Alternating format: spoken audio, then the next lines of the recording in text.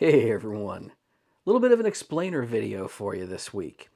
This is something that I added to our slides at Red Team Alliance, and it was not meant to be anything revolutionary. It was just going to be, hey, if you're writing up some findings in a client report, or if you're, analyzing how a door might be vulnerable to certain attacks, like an underdoor tool attack. These are some industry terms. A lot of times, those of you who've been in class with us, you often hear me say, hey, this is not a locksmithing class, but be aware, bip, bop, bop, bop, some locksmithing knowledge. And people loved this section so much. And I decided, much in the way that fun explainer videos that classify and categorize things can be interesting, maybe this is interesting to you all. I mean, people have listened to what's the difference between a light machine gun, a medium machine gun, a heavy machine gun, or people have listened to what's the difference between, tonic water, club soda, seltzer water in bartending contexts. So this is all about door handles. This is all about the difference between, a classroom door and a storeroom door, or a coffee shop bathroom and a gas station bathroom.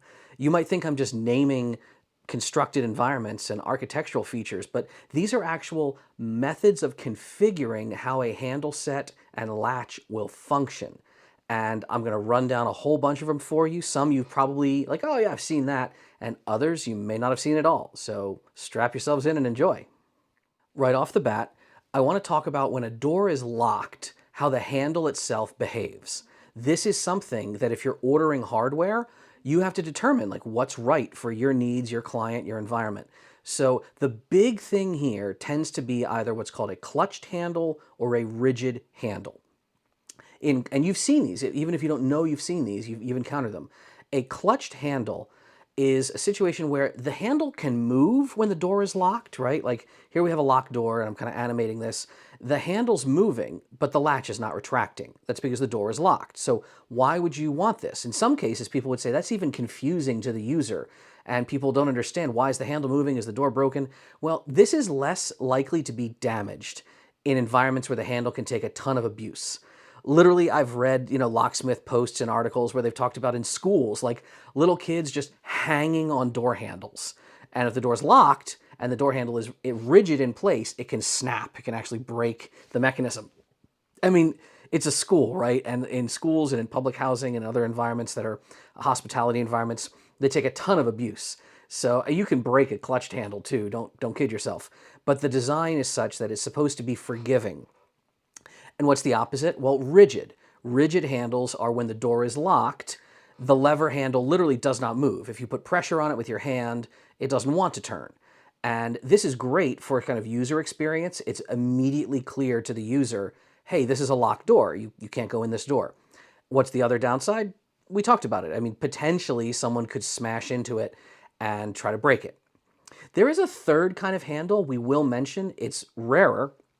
It'll come up when I talk about lever and latch functions though. The handle is just called fixed. This is when a handle will never move under any circumstances. Now you might have a fixed handle that's purely decorative. We'll talk about that very quickly. Or you might have a handle that never is used to operate the door with a turning motion. That's very uncommon. In fact, in some environments, it would not be allowed. You often need a special variance for ADA and fire code reasons, but it is out there. So that's a fixed handle. The only way to operate that latch would be either to use a mechanical key or some other sort of electromechanical access control system authentication.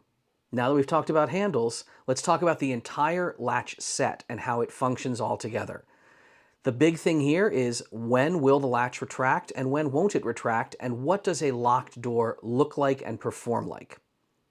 Right off the hop, some doors just don't lock.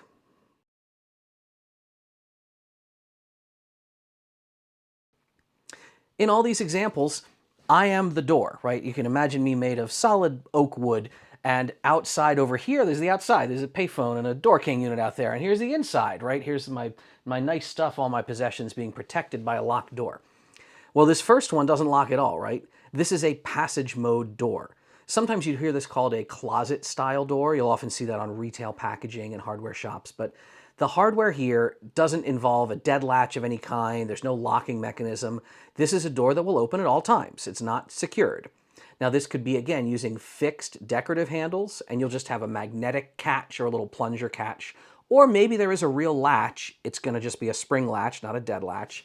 And the handles will always turn on either side of the door because, again, this is a passage mode, non-locking door. No mystery there.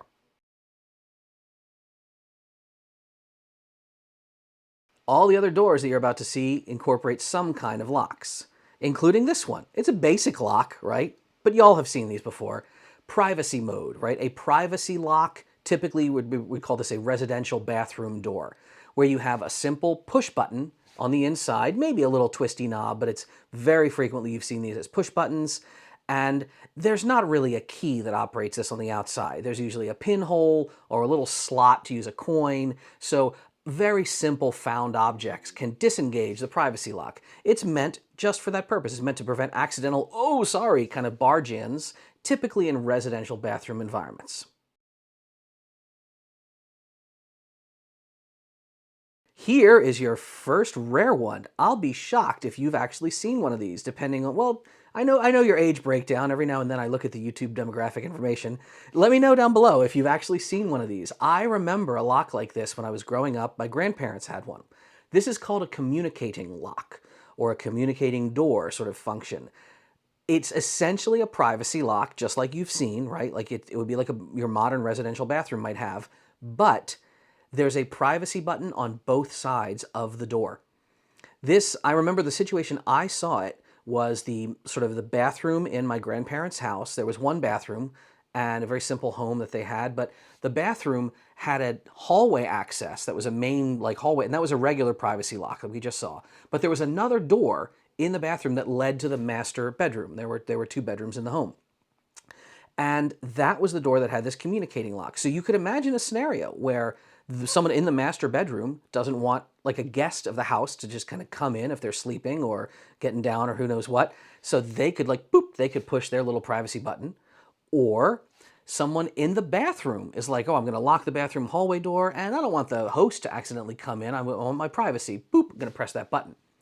In all of these instances, the last door we just saw, the regular privacy lock or the communicating lock, releasing the button is typically done just by operation of the handle.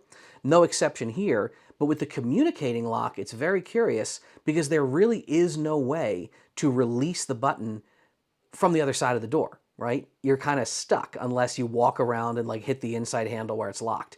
So these are not used anymore, mostly for code reasons. It's uncommon to have a bathroom or small space with multiple points of ingress and egress. And that's the only way you could ever legally use this even back in the day. So you would never use this in a room that only has one door because it's potentially like you're trapping someone in that room unless you're making a Dexter murder room or something, I guess.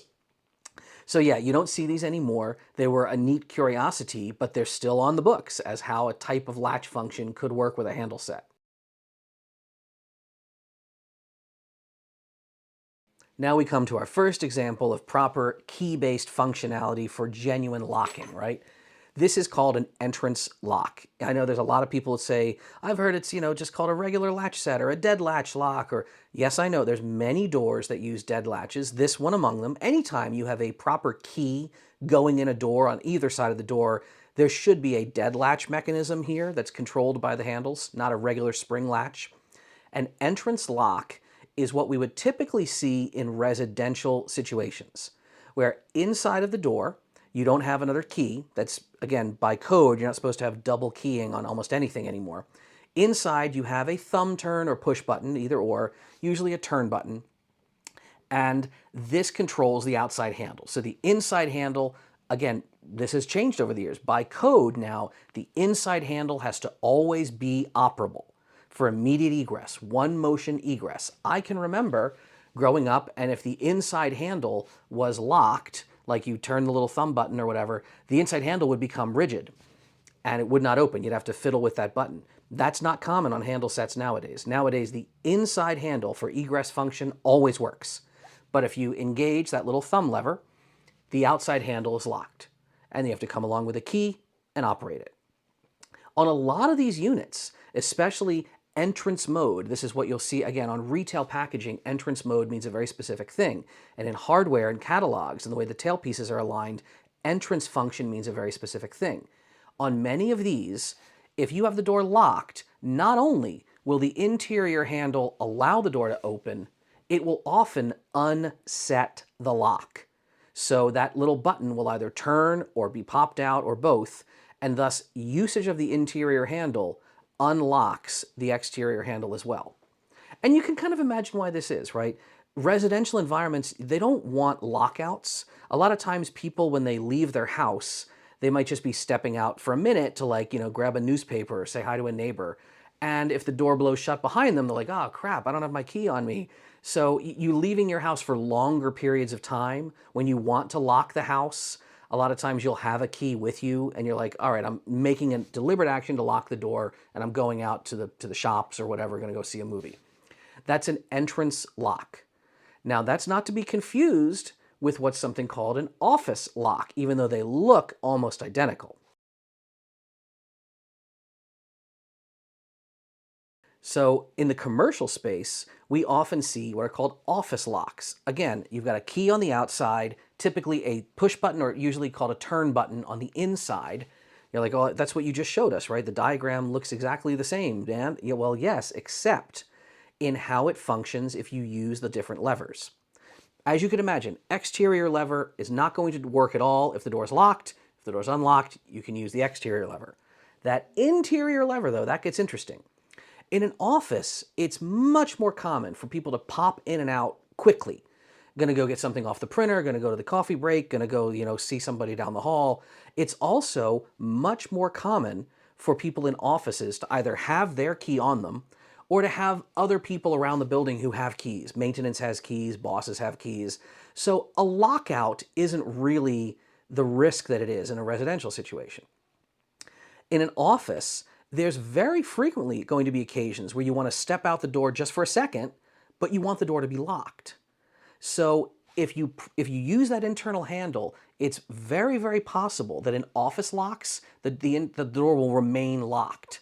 Many of you may have seen these with push turn buttons, where just pushing the button, it'll pop out if you use the internal handle, but if you push and turn, that door stays locked. So you can come and go from your office as rapidly as you want, but it always is locked. And that's why coming back, you need that key.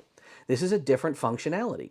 And if it's installed in the wrong place or the wrong setting, you can have upset customers, or you could have someone who thinks their security operates one way, but it really operates another. So entrance and office, very similar locks, but the actual handle function and the latch function can be a little bit different.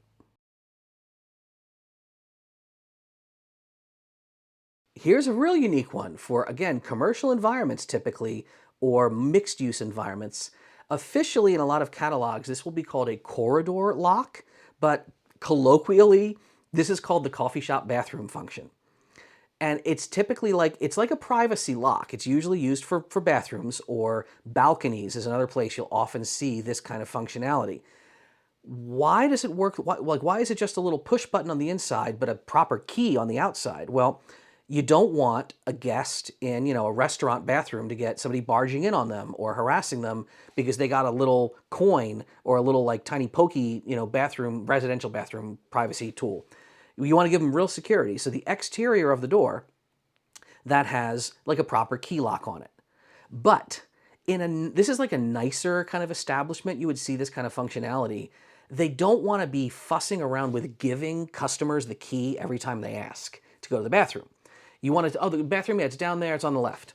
So how does the customer get in the bathroom? Well, the door has to be unlocked. If someone's not in there, well, you don't want, they just open the door.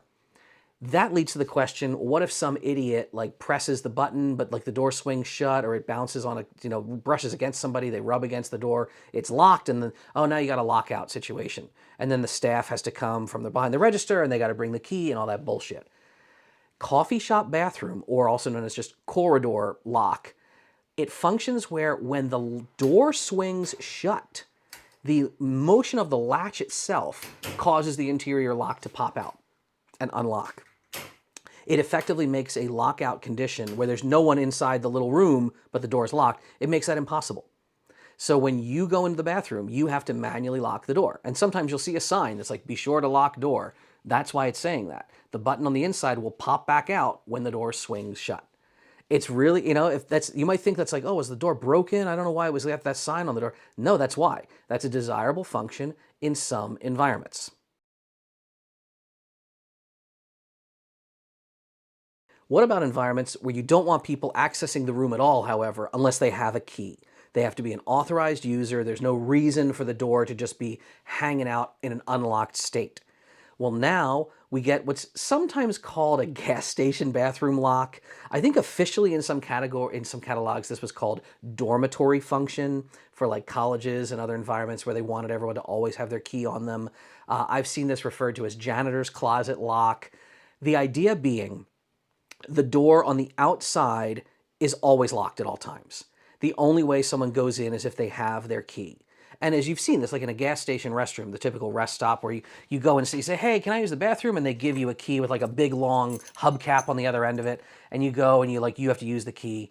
But on the inside of the door, how do you lock it? Well, sometimes there's no lock at all. There's no button, there's no function, because again, the door's always locked.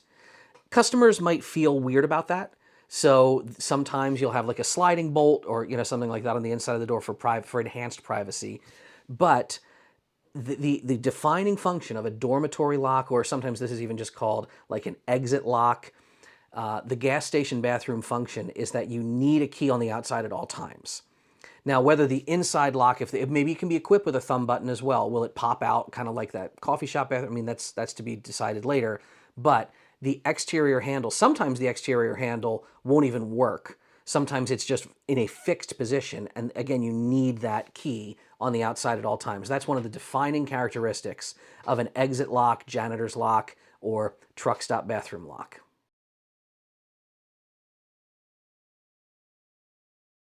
Finally, we now come to situations where a door might have a key that operates on both sides, which is not common, right? We mentioned at the beginning how by code for ADA compliance, NFPA compliance, barrier-free operations, like how is this even allowed? Well, there's a couple ways. The most typical of which is this one called storeroom function. Simply put, this is a non-occupancy space. That's how you can get away with it in a lot of environments. If you have very sensitive records in a financial records office, or if you have, I don't know, valuables that you keep in a storeroom and you don't want anyone stealing your super valuable printer ink or who the hell knows what, you could install a storeroom style function latch. So what's going on with this latch and handle set? Well, you need to unlock the door from either side if you want to use that handle. The door can be locked or unlocked on either side, and typically this will control both handles. But when locked, both handles are non-functional, even the interior handle. And again, this is allowed because it's in environments where there's never supposed to be a human being inside that room and the door shuts. In some jurisdictions, the room has to literally be small enough that it couldn't fit a person. So like just a closet with records up and down the wall and nothing else inside. Why would this ever be desirable? Literally, in my mind, to prevent bypassing. So to prevent things like if you have a good dead latch on there, you can prevent loitering and shimming, but how do you prevent an underdoor attack? There's a lot of ways you can prevent underdoor attacks or make them hard. You can shroud the handle, you can put a security door bottom, there's a lot of stuff. But frankly, using a storeroom lock so the inside handle is dead, that's one of the best ways to prevent underdoor or overdoor attacks. The thing is, you can't use this in a space that's going to be occupied by people. But it's not the only example of a situation where a door could have a lock on both sides, even if it is occupied by people. Let's talk about those.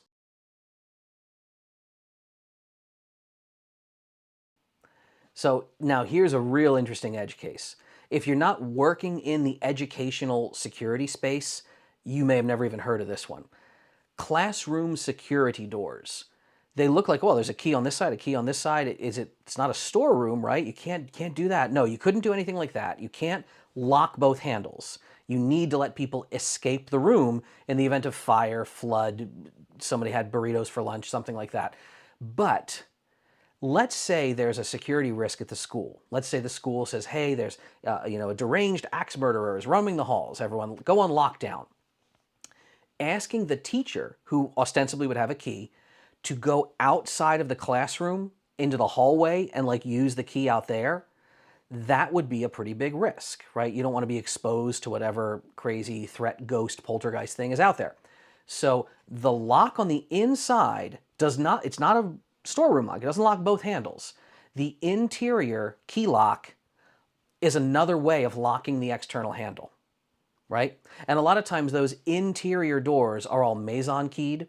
So students and teachers or special people, whoever, you can't just have students like pushing a thumb button and locking the door and like, haha, teacher's outside and you're stuck out there. So you don't want that. You need a key, but it's usually not a very restricted key. A lot of teachers will be issued different keys. They could all sort of lock their own doors or maybe lock each other's doors, but a master key for the building is what would unlock from the corridor side, right? So if, let's say, they're sweeping the building and after a disaster, okay, there's no fire, there's no earthquake, let's get everyone out of the building, and they need to, they encounter a locked door. So having a master key that turns that side, that would unlock everything. But the interior handle always works. In classroom environments, you should never have a situation where the interior handle could become rigid, fixed, or otherwise non-functional. That they used to do that when they were trying to figure out how to do classroom security, and they're like, well, we don't want people just playing with the lock, so maybe we'll lock it. And again, not code compliant. You always have to give people a means of egress. This also means that if you're, I don't know, roaming a school with a flamethrower, trying to burn up everything in the classrooms that you hate, even if they lock all the doors, I guess you could use an under-door tool and still get in. That's why if someone's in the classroom and they see an under-door tool coming, go ahead and grab it, bend it, pull it away from the person, don't let them in the room. But the interior handle will always allow free egress. Now we have the one scenario where there could be human occupancy on the inside, but that internal handle can be locked or completely non-functional.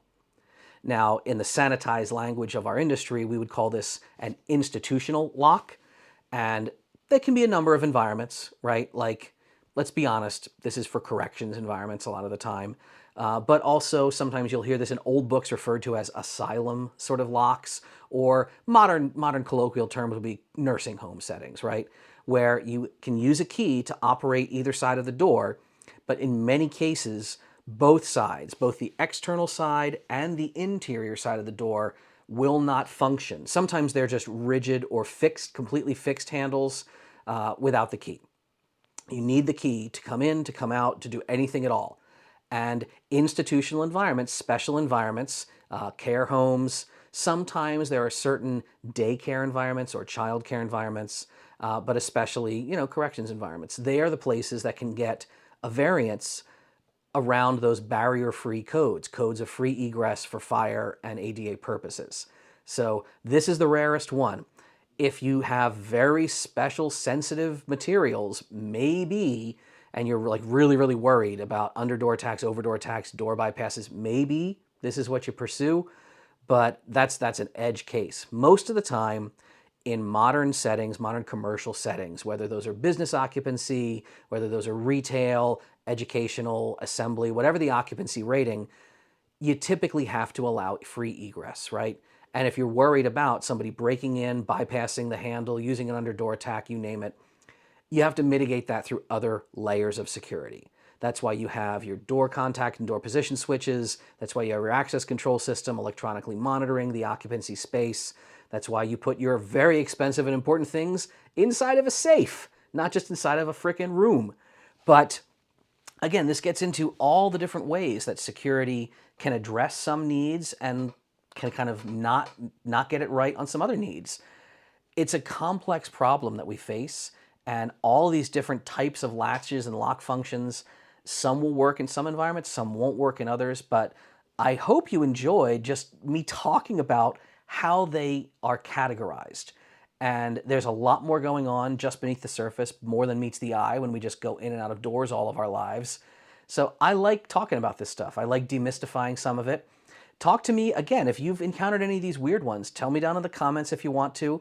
And also, speaking of down here, the giveaway. What can I do for the giveaway? You know what?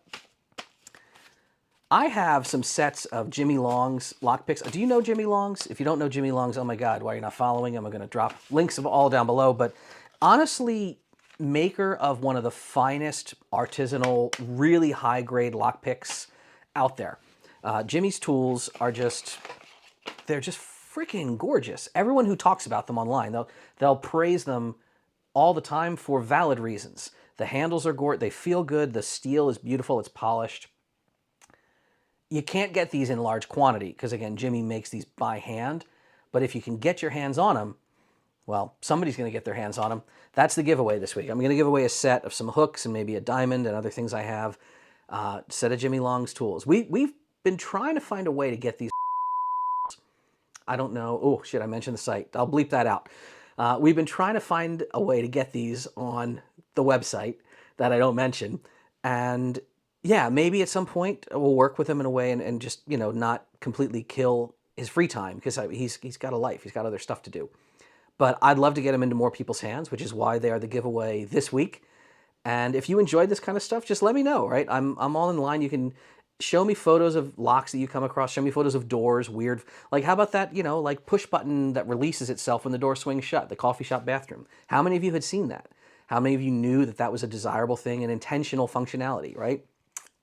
Talk to me about anything you think I've missed. Are there other functionalities that you've seen and come across? I'm not talking about panic egress bars and exit trim. I'm just talking about there's a handle on this side of the door, there's a handle on the other side of the door, and here's how they work.